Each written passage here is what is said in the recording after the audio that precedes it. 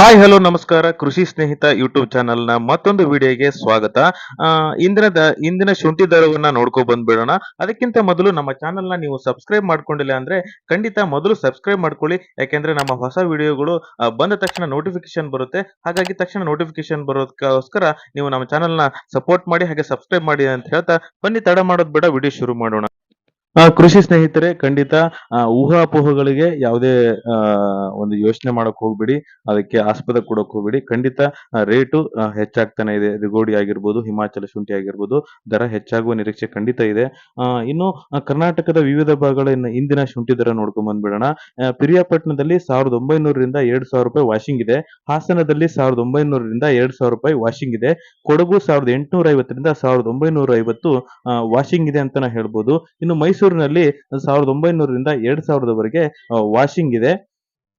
ಇನ್ನು ಹಾವೇರಿಯಲ್ಲಿ 2000ದಿಂದ 2150 ವಾಷಿಂಗ್ ಇದೆ. ಇನ್ನು ಶಿವಮೊಗ್ಗದಲ್ಲಿ 2000ರಿಂದ 2150 ವಾಷಿಂಗ್ ಇದೆ. ಇದು ರಿಗೋಡಿ ಶುಂಠಿಯ ಇಂದಿನ ಶುಂಠಿ ದರ ಆಗಿದೆ ಅಂತ ಹೇಳ್ಬೋದು. ಇನ್ನು ಹಿಮಾಚಲ ಶುಂಠಿ ದರ ನೋಡೋದಾದ್ರೆ ಪ್ರತಿ ಕ್ವಿಂಟಲ್ಗೆ ಸಾಗರದಲ್ಲಿ 3700ರಿಂದ 3900 ಡ್ರೈ ಇದೆ ಅಂತ ಹೇಳ್ಬೋದು. ಇನ್ನು ಸೊರಬದಲ್ಲಿ 3700ರಿಂದ 3900 ಡ್ರೈ ಇದೆ. ಹಾವೇರಿಯಲ್ಲಿ 3500ರಿಂದ 3700 ಡ್ರೈ ಇದೆ ಅಂತಾನೆ ಹೇಳ್ಬೋದು. ಇನ್ನು ಶಿವಮೊಗ್ಗದಲ್ಲಿ 3600ರಿಂದ 3800 ಡ್ರೈ ಇದೆ. ಇನ್ನು ರಿಗೋಡಿ ಶುಂಠಿಯ ಬೆಳೆಯುವಂತ ರೈತರಿಗೆ ಒಂದು ಕಿವಿ ಮಾತು ಏನು ಅಂದ್ರೆ, ಅತಿ ಹೆಚ್ಚಿನ ನೀರನ್ನ ಕೊಡಬೇಡಿ. ಸಮ ಪ್ರಮಾಣದ ನೀರನ್ನ ಕೊಡ್ತಾ ಹೋಗಿ. ವಾರದಲ್ಲಿ 2 ಅಥವಾ 3 ಬಾರಿ ಅಷ್ಟೇ ನೀರನ್ನ ಕೊಡಿ. ಕಂಟಿನ್ಯೂಸ್ ನೀರು ಕೊಟ್ಟಾಗ ಕೂಡ ಮೊಳಕೆ ಬರುವ ಸಾಧ್ಯತೆ ಇರುತ್ತೆ. ಅಥವಾ ಒಮ್ಮೆ ಕೊಟ್ಟು ಸುಮಾರು ಲೇಟ್ ಆಗಿ ನೀರು ಕೊಡೋದ್ರಿಂದ ಅಲ್ಲಿ ಒಂದು ಹ್ಯುಮಿಡಿಟಿ ಕ್ರಿಯೇಟ್ ಆಗಿ ಬೇಗ ಮೊಳಕೆ ಬರುವಂತ ಸಾಧ್ಯತೆಗಳು ತುಂಬಾ ಇರುತ್ತೆ. ಸೊ ಹಾಗಾಗಿ ನೀವು ಒಂದು ಮಣ್ಣಿನ ತೇವಾಂಶ ಕಾಪಾಡಿಕೊಳ್ಳುವಷ್ಟು ನಿಟ್ಟಿನಲ್ಲಿ ಮಾತ್ರ ನೀರನ್ನು ಕೊಡಿ. ಆದಷ್ಟು ಬೆಡ್ಗಳ ಮೇಲೆ ಮಣ್ಣನ್ನು ಹೆಚ್ಚಾಗಿ ಹಾಕಿ ನೀವು ಶುಂಠಿಯನ್ನು ಇಡೋದಾದ್ರೆ ಮಾರ್ಚ್ ಒಂದು 15th ವರೆಗೂ ಇಡಬಹುದು. ಏಪ್ರಿಲ್ ವರೆಗೂ ಇಟ್ರೆ ಆದಷ್ಟು ಶುಂಠಿ ರಿಗೋಡಿ ಶುಂಠಿ ವೆಯ್ಟ್ ಲಾಸ್ ಆಗುವ ಸಾಧ್ಯತೆ ತುಂಬಾನೇ ಇದೆ. ಸೊ ಹಾಗಾಗಿ ರಿಗೋಡಿ ಶುಂಠಿ ಬೆಳೆದಿರುವಂತವರು ಒಳ್ಳೆ ದರ ಬಂದಿದೆ. ನೀವು ನಿಮ್ಮ ಒಂದು ಪರಿಸ್ಥಿತಿಯನ್ನು ನೋಡಿಕೊಂಡು ಕೊಡುವಂತಹ ಕೆಲಸಗಳನ್ನ ಮಾಡಿ. ಹಾಗೆ ಇಡುವಂತವರು ಆದಷ್ಟು ಜಾಗ್ರತೆಯಿಂದ ಮಣ್ಣನ್ನ ಹಾಕಿಸಿ ಮೇಲ್ಗಡೆ ಸರಿಯಾದ ತೇವಾಂಶವನ್ನ ಕಾಪಾಡಿಕೊಂಡು ನೀವು ಕೊಡೋದು ಉತ್ತಮ ಅಂತ ಇದು ನನ್ನ ಒಂದು ವೈಯಕ್ತಿಕ ಸಲಹೆ ಆಗಿದೆ.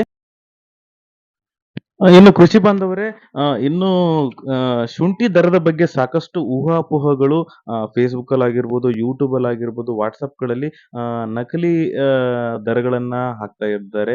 ಅಥವಾ ಅವರಿಗೆ ಮಾಹಿತಿ ಗೊತ್ತಿದೆಯೋ ಇಲ್ವೋ ಸುಮ್ಮನೆ ಹಾಕುವಂತ ಕೆಲಸಗಳು ನಡೀತಾ ಇದೆ. ಸೊ ಇದ್ರ ಬಗ್ಗೆ ಜಾಗೃತೆ ಇರಲಿ.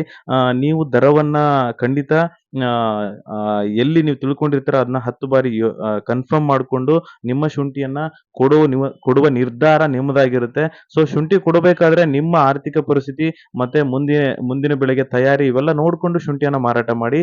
ಯಾವುದೇ ಕಾರಣಕ್ಕೂ ಯಾರೋ ಹೇಳಿದ್ರು ಅಥವಾ ಎಲ್ಲೋ ನೋಡಿದ್ವಿ, ಯಾರೋ ಒಂದು ಸಜೆಷನ್ ಕೊಟ್ರು ಅನ್ನೋದ್ರ ಬಗ್ಗೆ ತಲೆ ಕೆಡಿಸ್ಕೊಂಡು ನಿಮ್ಮ ಒಂದು ಪರಿಸ್ಥಿತಿಯನ್ನ ಹಾಳು ಮಾಡ್ಕೋಬೇಡಿ. ಖಂಡಿತ ನೀವು ಶುಂಠಿ ಕೊಡ್ಬೇಕು ಅಂದ್ರೆ ನಿಮ್ಮ ಒಂದು ಆಲೋಚನೆಗಳನ್ನ ನೀವೇ ನಿರ್ಧಾರ ಮಾಡಿ ಶುಂಠಿ ಕೊಡೋದು ಉತ್ತಮ ಅಂತ ನನ್ನ ಅನಿಸಿಕೆ.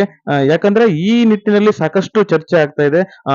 ನಕಲಿ ಒಂದು ಐಡಿಯಲ್ಲಿ ಕ್ರಿಯೇಟ್ ಮಾಡಿಕೊಂಡು ಸಾಕಷ್ಟು ಕಡಿಮೆ ದರವನ್ನು ಹಾಕೋದು, ಈ ತರ ಅತಿ ಹೆಚ್ಚಿಗೆ ಆಗುತ್ತೆ ಅನ್ನೋ ಒಂದು ಊಹಾಪೋಹಗಳಿಗೆ ಕಿವಿಗೊಡ್ಬೇಡಿ ಅಂತ ಹೇಳ್ತಾ ಇವತ್ತಿನ ವಿಡಿಯೋವನ್ನ ಮುಗಿಸ್ತಾ ಇದ್ದೇನೆ. ಧನ್ಯವಾದಗಳೊಂದಿಗೆ ನಿಮ್ಮ ಕೃಷಿ ಸ್ನೇಹಿತ ಕೃಷ್ಣ ಆನವಟಿ. Thank you.